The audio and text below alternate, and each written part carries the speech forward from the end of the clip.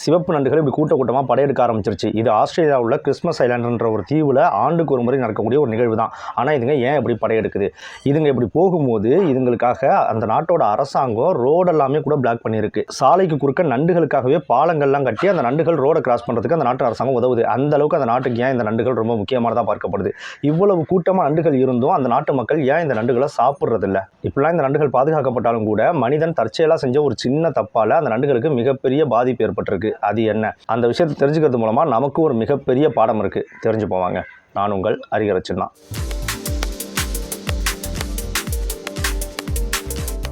ஆஸ்திரேலியாவுக்கு பக்கத்தில் இருக்கக்கூடிய ஒரு சின்ன தீவு தான் இந்த கிறிஸ்மஸ் ஐலாண்டுன்றது. இந்த தீவில் தான் இந்த ஆஸ்திரேலியன் ரெட் கிராப்ஸ், ஆஸ்திரேலிய சிவப்பு நண்டுகள் வாழ்ந்துகிட்டு இருக்கு.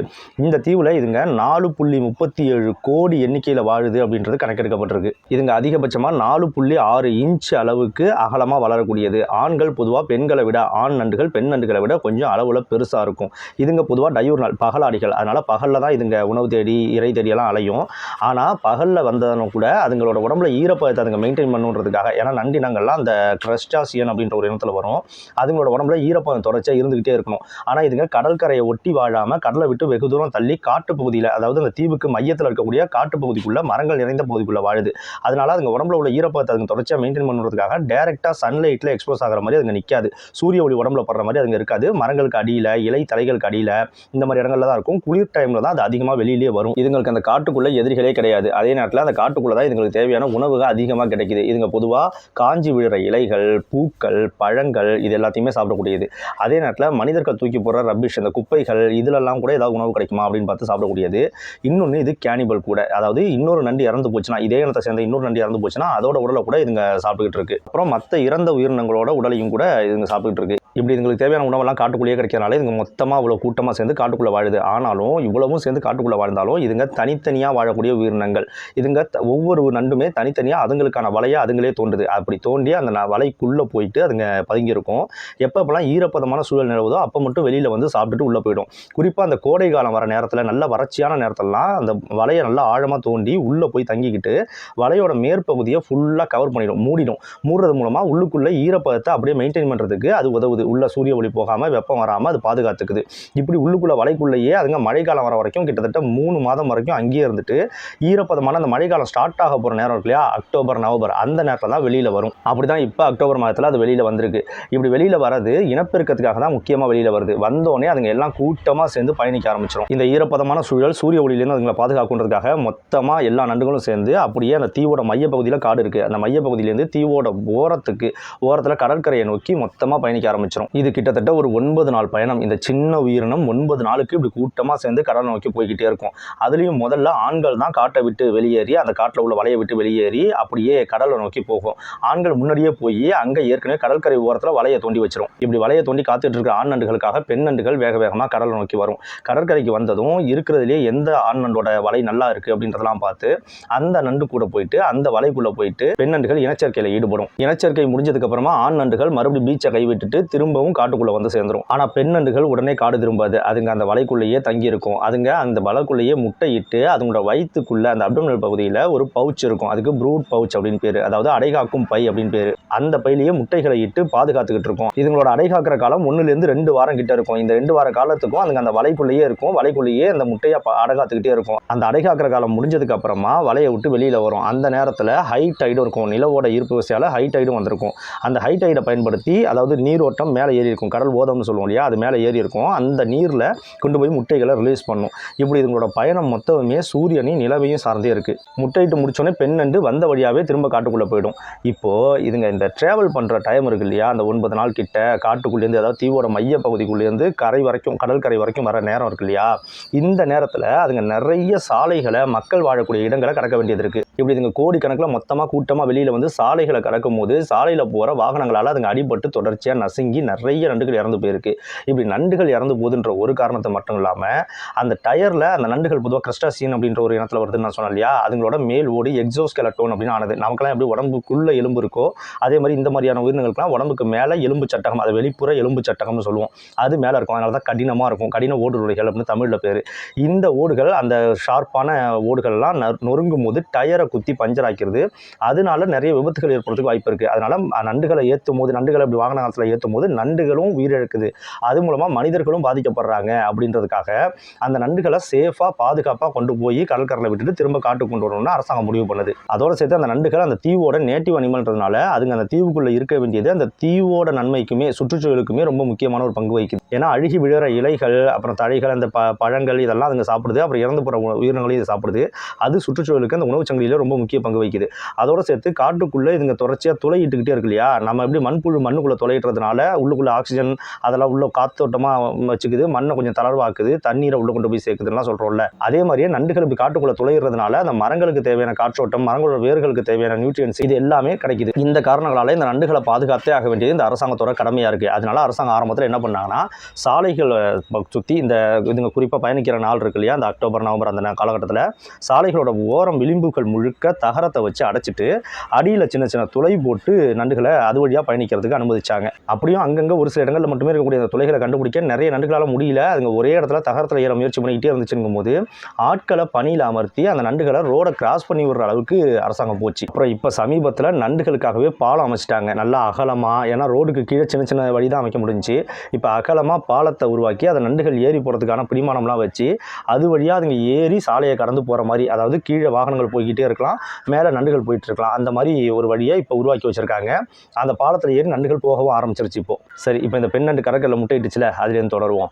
பெண் நண்டு இப்படி முட்டையிட்டதுக்கப்புறம் அந்த முட்டை தண்ணியில் ரிலீஸ் பண்ண உடனேயே பெண் நண்டு வலையை விட்டு வெளில வந்து தண்ணியில் அந்த முட்டைகள் பட்டோனையே அதுலேருந்து குஞ்சுகள் பொறிக்க ஆரம்பிச்சிடும். பெண் நண்டு குஞ்சு பொறிச்சோன்னே விட்டுட்டு போயிடுது இல்லையா, அதுக்கப்புறம் அந்த குஞ்சுகள் மட்டுமே அந்த கடற்கரையில் கிட்டத்தட்ட 3-4 வாரம் வரைக்கும் வாழும். இந்த நண்டுகள் இப்படி 3-4 வாரம் வரைக்கும் இந்த கடற்கரையிலேயே தனியாக வாழும்போது அதுங்க அந்த கடற்கரை முழுக்க ஏதோ ஒரு மேகம், சிவப்பு கலரில் மேகம் சூழ்ந்த மாதிரி இருக்கும் பார்க்குறதுக்கு. இதுங்க நிறைய ஸ்டேஜஸை கடக்க வேண்டியது இருக்கும். ஏன்னா குட்டி குட்டி லார்வா ஸ்டேஜில் தான் இப்போ அது இருக்கும். நிறைய ஸ்டேஜஸை கடந்து அதுக்கப்புறமா மெகலோபே அப்படின்னு ஒரு ஸ்டேஜ் அடையும். இது பார்க்குறதுக்கு ஒரு ஷ்ரிம்ப் மாதிரி, ஒரு ரால் மாதிரியான, குட்டி ரால் மாதிரியான அமைப்பாக இருக்கும். இந்த மெகலோபேன்ற ஸ்டேஜை கடைசியாக அடையும். இந்த மெகலோபே ஸ்டேஜ் அடைஞ்சதுக்கப்புறமா அதுங்க 1-2 நாள் வரைக்கும் அந்த கடற்கரையிலே வெயிட் பண்ணும். அப்புறம் தான் அதுங்க நண்டாக மாறும், ஒரு முழு நண்டு அப்படின்ற ஸ்டேஜுக்கு மாறும். அதுக்கப்புறமா அந்த கடற்கரையை விட்டுட்டு திரும்ப 9 நாள் ஜேர்னி, அந்த 9 நாள் பயணத்தை தொடங்கி தீவோட மையப்பகுதியான காட்டுக்குள்ளே போய் சேரும். இந்த நண்டுகள் ஒரு தனி நந்தினின்னு சொன்ன இல்லையா, இதுங்க இனத்தை சேர்ந்த இறந்து கிடக்கிற நண்டுகளோட உடல்களை மட்டும் இல்லாமல் கடல் கரையிலேருந்து திரும்ப காட்டுக்குள்ளே வர இளரிகளை, அந்த நண்டோட குஞ்சுகளை கூட இதுங்களே சாப்பிடுது. இப்படி பார்க்க சின்னதாக இருக்கக்கூடிய நண்டுகள் அதோட வாழ்க்கையோட ஆரம்ப காலத்தில் முதல் 3 ஆண்டுகள் வரைக்கும் அந்த காட்டுக்குள்ளே விழுந்து கிடக்கிற இலைகளுக்கு அடியில், மரக்கிளைகளுக்கு அடியில், அந்த காட்டோட மற்ற டெப்ரிஸ்க்கு அடியிலலாம் போயிட்டு, இல்லை பாறைகளுக்கு அடியிலலாம் போயிட்டு வாழ்ந்துகிட்டு இருக்கும். இதுக்கிடையில் பல முறை மோல்ட்டிங் ப்ராசஸும் நடந்துகிட்டு இருக்கும். மோல்ட்டிங் ப்ராசஸ்னால் எப்படி பாம்புகள்லாம் வளர அதுங்களோட தோலை உரிக்குது, அதே மாதிரி இந்த கிரஸ்டாசியன்ஸும் அதுங்க வளரணும்னா உள்ளுக்குள்ள அந்த உடம்பு வளர மேலே உள்ள ஓட்டை உரிச்சு போட்டாகணும். அதுக்கு தான் மோல்ட்டிங் ப்ராசஸ்னு பேர். இந்த மோல்ட்டிங் ப்ராசஸ் இந்த நண்டுகள் பண்ணும். அடல்ட்டான நண்டுகள் ஒரு ஆண்டுக்கு ஒரு முறை கண்டிப்பாக அதுங்களோட ஓட்டை உரிச்சிடும். அதுக்கப்புறம் இந்த குட்டி நண்டுகளும் 4-5 வருஷத்தில் செக்ஷுவல் மெச்சூரிட்டி அடைஞ்சதுக்கப்புறமா மறுபடியும் அங்கே ஒரு வலை தோண்டிட்டு வாழ்ந்துட்டு திரும்ப அந்த காலகட்டம் வரும்போது, அந்த குளிர் காலகட்டம் வரும்போது மறுபடியும் இணைய தேடியும் முட்டையிறதுக்காகவும் கடலை நோக்கி பயணிக்க ஆரம்பிக்கும். இந்த சுழற்சி இப்படியே தொடர்ந்து நடந்துகிட்டு இருக்கும். இந்த நண்டுகளுக்கு இப்போ காட்டுக்குள்ளே எந்த விதமான நேச்சுரல் பிரெடேட்டரும், இயற்கையான எதிரிகளும், இதுங்களை தொடர்ச்சியாக சாப்பிடக்கூடிய எதிரிகளும் கிடையாது. அதனால தான் இதுங்க இப்படி பெருகி போயிடுச்சு. ஆனால் காட்டுக்குள்ளே தான் இப்போ இதுங்களுக்கு எதிரிகள் கிடையாதே தவிர கடலில் இதுங்களுக்கு எதிரிகள் உண்டு. அதனால தான் கடலில் ரொம்ப நேரம் ஸ்பெண்ட் பண்ணாமல் கடற்கரையிலேயே மட்டும் இருந்துட்டு திரும்ப ஓடி வந்துடுதுங்க. அந்த கடற்கரையில் இருக்கக்கூடிய அந்த மெகலோபே ஸ்டேஜில், இல்லை அதுக்கு முன்னாடி இருக்கக்கூடிய லார்வா ஸ்டேஜில் இருக்கக்கூடிய அந்த குஞ்சுகள் எல்லாத்தையும் கடலில் வாழக்கூடிய வேல் ஷார்க் மாதிரியான, இல்லை மேண்டாரே மாதிரியான வடிகட்டி உண்ணக்கூடிய உயிரினங்கள் அந்த கடல் நீரை அப்படியே முழுங்கி அதுலேருந்து அந்த உயிரினங்களை மட்டும் வடிகட்டி விழுங்கிடும். அப்படின்னா இந்த நண்டுகளுக்கான நேச்சுரல் ப்ரெடேட்டர்ஸ் கடற்கரையில் தான் இருக்குது. அதனால தான் அதுங்க முழுக்க கடல்களே வாழக்கூடியதாக இருக்குது. இப்படி கடற்கரையில் அந்த கோடிக்கணக்கான இளரிகள் இருக்குது அப்படின்றத தெரிஞ்சுக்கிற இந்த மேண்டாரேஸ், அப்புறம் மற்ற மீன்கள், இந்த வேல் ஷார்க்கு இதெல்லாம் சரியாக அந்த நேரத்தில் இந்த கிறிஸ்மஸ் ஐலாண்ட் கடற்கரையை நோக்கி வர ஆரம்பிச்சிடும். வந்து அங்கே இருக்கக்கூடிய இந்த உயிரினங்களை, இந்த நண்டுகளோட குஞ்சுகள் எல்லாத்தையும் சாப்பிடும். இப்படி அதுங்களோட குஞ்சுகளில் பல லட்சக்கணக்கான குஞ்சுகளை இந்த உயிரினங்கள் சாப்பிட்டது போக மீதி பிழைக்கிறது மட்டும் தான் காட்டுக்கு திரும்பும். காட்டுக்குள்ளே இதுங்களுக்கு எதிரிகள் இப்போதைக்கு இல்லைனாலும் சில நேரங்களில் இந்த கோகனட் கிராப், தேங்காய் நண்டுன்னு சொல்லப்படுற பெரிய சைஸ் நண்டுகள் அதே காட்டுப்பகுதியில் வாழுது. அதுங்க எப்போவாவது சில நேரங்களில் இந்த ரெட் கிராப்பை, இந்த ஆஸ்திரேலியன் ரெட் கிராப்பை பிடிச்சி சாப்பிட தான் செய்யுது.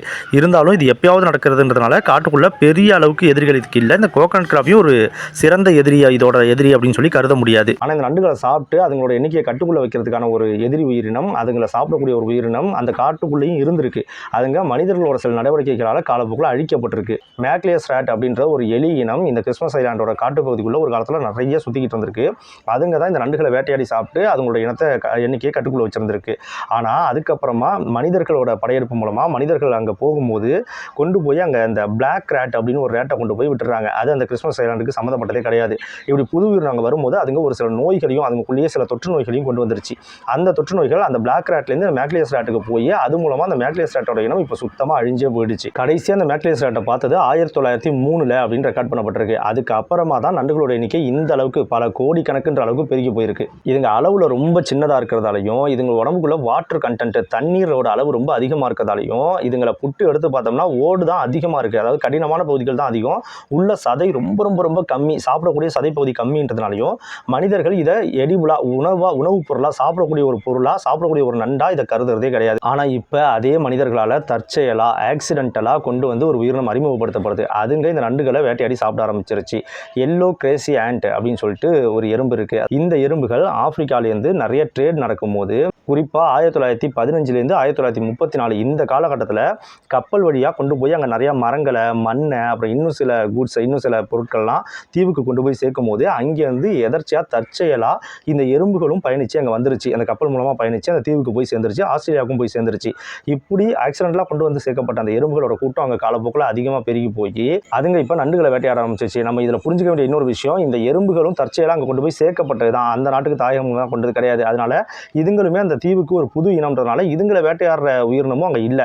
அதனால இந்த எறும்புகளோட எண்ணிக்கையும் ரொம்ப பெருகி அதுங்க பார்க்குறது எல்லாத்தையும் வேட்டையாடணும்னு ஆரம்பிச்சு இந்த நண்டுகளோட எண்ணிக்கை அங்கே அதிகமாக இருக்கனால அதுங்களை வேட்டையாட ஆரம்பிச்சிருச்சு. எந்த அளவுக்குன்னா நான் ஏற்கனவே 4.37 கோடி அளவுக்கு இந்த நண்டுகளோட எண்ணிக்கை இருக்குன்னு சொன்னல, அதில் 1 கோடியிலேருந்து 1.5 கோடி வரைக்கும் இந்த நண்டுகளை இந்த எறும்புகள் இந்த எல்லோ கிரேசி ஆண்ட் வேட்டையாடியே சாப்பிட்ருக்கு அப்படின்னு சொல்லப்படுது. இப்போ உங்களுக்கு தோணலாம், அந்த நண்டுகளோட இனத்தை கட்டுப்படுத்துறதுக்கான அதோட எண்ணிக்கை பெருகிடாமல் கட்டுப்படுத்துறதுக்கான ஏற்கனவே ஒரு எலி அங்கே இருந்துச்சு.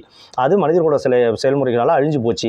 இப்போ அந்த நண்டுகள் பெருகிருச்சு. இப்போ அதே மனிதர்களால் வேற ஒரு உயிரினம் அறிமுகப்படுத்தப்பட்டு அந்த நண்டுகளோட எண்ணிக்கையை கட்டுக்குள்ள வைக்குது. இது சரிதானே அப்படின்னு உங்களுக்கு தோணலாம். ஆனால் இது அப்படி எடுத்துக்க முடியாது. ஏன்னா அந்த எலிகள் இந்த நண்டுகளோட எண்ணிக்கையை கட்டுக்குள்ள வச்சிருந்ததோட அளவை விட எறும்புகள் இன்னும் அதிகப்படியாக அதுங்களை வேட்டையாடி அழிக்க ஆரம்பிச்சிருச்சு. நான் ஏற்கனவே சொன்ன மாதிரி இந்த நண்டுகளோட எண்ணிக்கை எந்த அளவுக்கு இருக்குன்றது அந்த தீவுக்கும் ரொம்ப முக்கியம். ஏன்னா அதுங்க மண்ணை துளைக்குது, இந்த அழிகிற இலைகள் தலைகள் இதெல்லாம் அங்கே சுத்தம் பண்ணுது. ஸோ காட்டுக்கு அதுங்க வெளியேற்ற கழிவுகளை காட்டுக்கு நியூட்ரியன்ஸ் கிடைக்குது. இந்த மாதிரி அந்த தீவோட சுற்றுச்சூழல் சமநிலையில் மெயின்டைன் ஆகணும் அப்படின்னா அந்த நண்டுகள் கண்டிப்பாக அங்கே இருக்கணும். ஆனால் இந்த எறும்புகள் தொடர்ச்சியாக அதை வேட்டையாடிக்கிட்டே போகுது.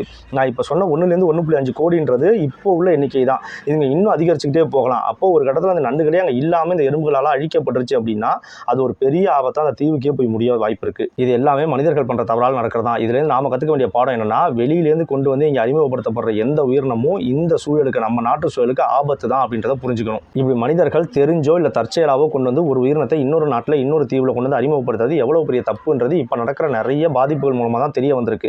இந்த மாதிரியான மனிதர்களோட நடவடிக்கைகளை தெரிஞ்சோ தெரியாமலும் செய்யக்கூடிய இந்த நடவடிக்கைகளை பற்றி நீங்கள் என்ன நினைக்கிறீங்க அப்படின்றதையும், அதே நேரத்தில் அந்த நண்டுகளை பாதுகாக்கிறதுக்கு அந்த நாட்டோட அரசாங்கம் இவ்வளவு செலவு பண்ணி பாலம் கட்டுறது, ஆட்களை வேலைக்கு நிர்ணயித்து சாலையை கடக்க வைக்கிறதுக்கு ஹெல்ப் பண்ணுறது, இந்த மாதிரியான செயல்கள்லாம் செய்யுது இல்லையா? இதை பற்றி நீங்கள் என்ன நினைக்கிறீங்க அப்படின்றதையும் கமெண்ட்டில் சொல்லுங்கள். அடுத்து இன்னொரு காணொலியில் சந்திப்போம். நான் ஹரிஹரன்.